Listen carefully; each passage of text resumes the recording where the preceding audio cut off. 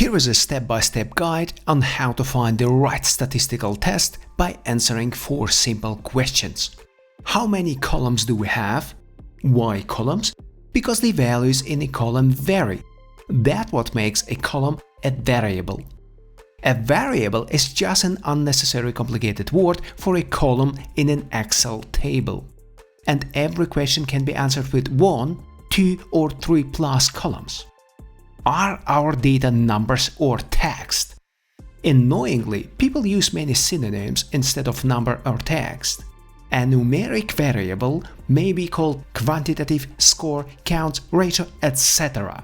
A text column may be called categorical, nominal, qualitative, and so on. Many names for the same thing make statistics confusing. Today, we'll just think of data as text or number. Are the data dependent or independent? This is the most important question and the one most often ignored. For example, measuring the same animal before and after treatment gives dependent measurements. Giving a pill to 2 different groups, like males and females, gives independent data. Or the assumptions met. It doesn't matter which way the answer goes, we just need to know in order to choose the test. If the assumptions are met, we use parametric tests, like t-test or ANOVA. If not, we use non-parametric tests, like mann-whitney U-test or Kruskal-Wallis. This is how we arrive at ANOVA, but we'll revisit it later in more details. Moreover, you'll be able to understand scientific papers better when you know what exactly happens to the data. If that section is written clearly, you can trust the study. If it's unclear, you shouldn't, because you don't really know what was done, and the authors probably don't either. So you'll be able to judge the quality of scientific papers. Finally, you'll learn how to answer your own questions with statistics and thereby create new knowledge. In other words, you'll learn how to do science. Sounds good, right? I hope I'm not over-promising here. So, where do we start?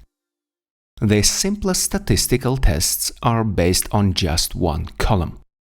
And the simplest data are text or categorical data, because all you can do is count and compute percentages. That's it. To make this concrete, let's do a little experiment. The launch of insect pizza. And if you think that's absurd, look at what I spotted in Sydney last year. So we want to find out whether people are willing to try this innovative, eco-friendly meat alternative. We ask 50 people whether they would try the insect pizza or not. We summarize our categorical data in a single column and count likes and dislikes. We see only 44% would try it, less than half. But is that significantly less than half? Only a test can answer that. But which test? Well, since we have a one-sample situation and want to compare a proportion, we choose a one-sample proportion test. That gives us a null and an alternative hypothesis. The null says the share is exactly 50%. There is no difference between 44% and 56%. Our scientific question is also our alternative hypothesis. Less than 50% would try insect pizza. We decide by looking at the p-value. But what is p-value? Well, p stands for probability. The p-value measures how likely it is that our results happen purely by chance. Ronald Fisher, the father of modern statistics, saw the p-value as the measure of the strength of evidence against the null hypothesis. The p-value is a very useful decision tool. The simplest threshold scientists came up with is 0.05 or 5%. If the p-value is below that, the result is significant and we reject the null. If it is above 0.05, we fail to reject the null. Because our p-value is above 0.05, we cannot reject the null hypothesis, so we stick with the assumption that about half of people are willing to try insect pizza, which is our first and very interesting result. Just as there are many names for the same thing, there are also many tests that do almost the same thing. For example, the one-sample chi-squared test gives exactly the same p-value as the one-sample proportion test. The only disadvantage of the proportion test is that it only works with two categories. The chi-square test can handle more than two, and we need more than two categories pretty quickly with the same data. For example, how many vegans, vegetarians, and meat-eaters do we have in our experiment? The null hypothesis says no differences, each around 33%. The alternative hypothesis says there are differences. A significant chi-square p-value tells us the observed percentages do differ from 33%. However, it doesn't tell us which groups differ. For that, we need post-hoc analysis, where post-hoc simply means pairwise one-sample chi-square tests. That gives us three new p-values, which show that we have significantly less vegans than vegetarians and meat-eaters. Interestingly, there is no difference between vegetarians and meat-eaters. And with that, we've completed the first part of our flowchart. With just two of the four questions, we were able to analyze a categorical variable and learn two tests, with chi-square being more useful than the proportion test. The proportion test here was just educational, because it beautifully showed what both tests actually do: compare proportions. And if there are one-sample tests for categorical data, there are one-sample tests for numeric data, right? Oh yeah! When we look at numbers, we reach the fourth question we need to pick a test. Are the assumptions met? Why do assumptions matter? Because not checking assumptions is like jumping into a swimming pool on a hot day without first checking whether there is water in it. The first assumption is normality. But what's normal in this world? Normality means the data follow a bell curve, or normal distribution. Many tests, like t-test or ANOVA, assume this because they operate on means. Namely, if the data is normally distributed, the central area of the bell curve is the mean and is the most representative number of the sample. In contrast, if the data is not normally distributed, the mean would not be the most representative number of the sample, but the median or something else will be. So, if the data are not normal, results of classic tests can be wrong or imprecise. In such cases, we use methods that don't require normality. Imagine a simple sample with low numbers like 1, 2, 3 and a typing mistake of 100. The mean and median differ tenfold. Thus, if we use a t-test, which is based on the mean, we could be 10 times farther from the truth, just because an error or outlier slipped in. In short, normality makes statistics more accurate. The only problem here is, how do we know whether the data are actually normal? And when does a non-perfect bell curve stop counting as a bell-shaped? There are actually three tools for checking normality: a density plot, which you just learned about, the Shapiro-Wilk normality test, and a quantile-quantile plot. Why three? Well, because with small samples, the density plot can look skewed, while Shapiro-Wilk says normal. With large samples, the curve can look very bell-shaped, while Shapiro-Wilk rejects normality. This is a real dilemma, and that's where the QQ plot helps. Rule of thumb: if the points lie outside of the gray confidence band, the data are not normal. If inside the band, as in this example, they are normally distributed. Our Shapiro-Wilk test confirms this with p-value below 0.005, so we reject the data on normal on the right plot. But since p-value is above 0.005, we consider the data on the left plot normal.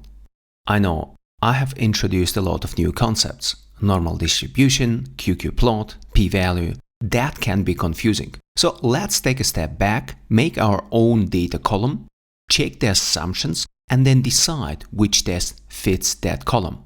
We'll start with the coffee, because I love coffee. I just had a cup of coffee, and since it was my second cup today, we have our first data point to plot. Suppose one of you had also 2 cups and another had 4. That's 2 more data points. If we all record today's coffee consumption, we get our first dataset, or variable. It's a variable because the number of caps varies. As I said, a variable is simply a column in an Excel sheet. If we replace this clumsy sketch with a proper plot, we'd see a fairly bell-shaped distribution, right? Are the data normal? Well, yes, and the visual check is actually enough for us here.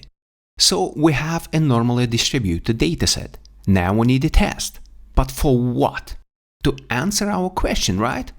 But what is the question? We haven't formulated it yet. The key point is every statistical test tests a null hypothesis, so we first need to pick a null. It doesn't always involve zero, though it can. Looking in our dataset, it doesn't seem realistic. 2 caps are fine, but 4 caps on average?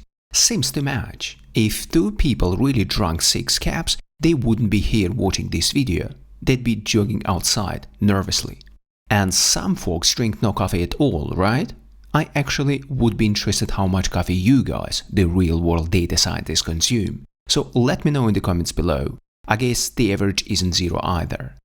Let's say that on average, people normally drink 2 cups of coffee. And that's our null hypothesis.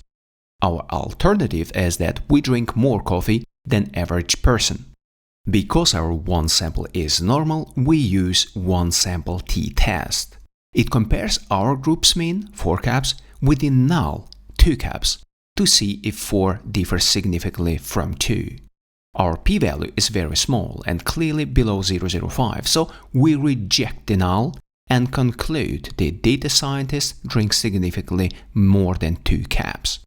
Here is a second dataset from the biologist department and is not normal. We can see it in the histogram. We test our null of 2 caps with the one sample Wilcoxon test for non-normal data. The high p-value, well above 0.05, shows the biologists do not drink more than 2 caps per day. Here is the decision tree we just climbed. With only 3 of our 4 questions, we learn how to analyze a numeric variable. We made 2 tests, one sample t-test and one sample Wilcoxon test. For categorical data, we had the one sample proportion and one sample chi-square tests. But that's just the beginning. Now comes the most exciting part. We'll look at what you can do with 2 columns in Excel, and you'll soon meet the heavy hitters: t-test, ANOVA, and correlation. Since there are only 2 types of data, text and number, 2 columns produce 3 combinations. Both columns are tags, for example, lung cancer, yes, no, and smoking, yes, no. Both columns are numbers, for example, the older I get, the higher is my salary, I wish. And finally, one column is text, the other numbers, like blood pressure in woman versus man. Since text data is the simplest data, let's start with 2 categorical columns. The simplest case is when both have 2 categories. The second case is when one has 2 and the other has 3 or more categories. Everything else is too complex for classic statistical tests and usually gets simplified until it fits one of these patterns. Now, the last key question for choosing the right test: are the data dependent or independent? Unfortunately, dependence has many synonyms: paired, matched, repeated measures, so people often talk past each other. This question is crucial but often ignored. We start with 2 independent categorical variables with 2 categories each. In Excel, that's just 2 text columns. These 2 independent columns can be analyzed with a 2-sample chi-square test. A p-value below 0.05 shows an association between smoking and lung cancer. The plot shows that smokers get lung cancer much more often. Non-smoker can get it too, but they are healthier much more often. You'll see that the chi-square test and the 2-proportion test without continuity correction are identical. They produce the same chi-square statistic and p-value. Continuity correction matters for small samples. But what counts as small? Well, there is no strict cut-off, but the smaller the samples, the more important the correction. When samples are very small, fewer than 5 in a cell, You should use Fisher's exact test, which is designed for small samples. I deliberately made the Fisher test figure smaller as a symbol for small samples. Hope that sticks. Now, let's look at two dependent categorical variables. We return to our insect pizza experiment. Remember, above half said they tried. After the survey, we informed participants that insect pizza is very sustainable and a great protein source. We also claimed it tastes much better than regular pizza to use a placebo effect, and we actually paid them to motivate them to taste the pizza. Then we put their impressions in a second column. These data are dependent because the same person appears in both columns. That makes the ID column crucial here. It wasn't relevant for independent samples. So these are paired, matched, repeated measures. I really hope the difference between independent and dependent is crystal clear. It's super important. If not, let me know in the comment section below and I'll do my best to explain it to you personally. If we ask the McNamara test whether opinions changed, the large p-value above 0.05 shows no significant change. So if people already thought the idea was silly, they kept thinking so. And if they found it exciting, they didn't change their minds either. With paired samples, you can also compare medical tests, for example, an accurate but expensive gold standard versus a new cheap quick test, measuring agreement, sensitivity, specificity, positive predictive value, etc. I created 6 videos on the confusion matrix where I explained all the metrics. The point here is, agreement tests like Kappa or McNamara are for the same dependent data. That wraps up the 2 category cases. Now let's have a quick look at 3 categories in one variable. This is quick because the chi-square test for 3 categories is interpreted just like for 2. A small p-value below 0.05 shows that the number of cylinders in a car is associated with the transmission type. More cylinders means manual more often, fewer cylinders means automatic more often. The only problem here is the significant p-value doesn't tell us which cylinder counts differ. So we need post-hoc tests again, which simply means pairwise comparisons, 3 of them. And here are 2 good and 1 bad piece of news. The pairwise comparisons use the same chi-squared or proportion tests you already know, and you get identical results. The bad news is, with under 5 counts per category, results can be unreliable. That's where we use the pairwise Fisher's tests for safer results. With 3 dependent categories, for example several time points for the same people, use Cochran's Q test. If that's significant, we still don't know which time points differ, so we do pairwise McNamara tests. For example, a flu vaccine. Before the shot, we test positive more often. After a month, significantly less. After a year, we need a booster because of new virus strains. Makes sense, right? So we just looked at categorical variables and tests like chi-square test, proportion test, Fisher's exact test, and McNamara test. Any idea which tests we need with 2 numeric columns? If you think of correlation, you are right. Because we're dealing with numbers, we know from one-sample tests that they may be non-normal. Besides, the relationship between numeric variables can be non-linear and may have outliers. How do we check all of that? Just like before, we use Shapiro-Wilk and visual check. Imagine 2 numeric columns in Excel. We ask whether time on social media correlates with the number of tasks completed. First, we see outliers and not much linearity. So the data are not normal and we use the non-parametric Spearman rank correlation. A small p-value means the correlation is significant. The negative Spearman correlation coefficient tells us the more time we spend on social media, the less productive we are. If the data are normal, linear and outlier free, we use classic Pearson correlation. In that case, we might see a strong, positive, significant increase in energy the more coffee we drink. And that's it for two numeric variables. We've covered the three big parts and now come to the most interesting section, t-tests and ANOVAs. The fun part is both t-tests and ANOVA compare averages. The only difference between them is the number of groups, 2 for t-tests and 3 or more for ANOVA. How can I say that? I once forced my software to run ANOVA with 2 groups. I got the same result as a t-test. Cool, right? And here again is the third and most important question. Are our data dependent or independent? This leads to different tests, and using an independent test instead of a dependent one or vice versa can cause big errors. We'll see that very soon. We start with independent tests. We first check assumptions, normality and outliers. The QQ plots show that data for ruminants clinic is normally distributed, but data for swine clinic is not. Shapiro-Wilk normality test confirms both. So we choose the non-parametric mann-whitney U test, aka Wilcoxon rank sum. A p-value below 0.05 shows the swine clinic drinks significantly less coffee than ruminants clinic does, meaning either they sleep more or work less, right? Now, what if the data were normal? Any ideas?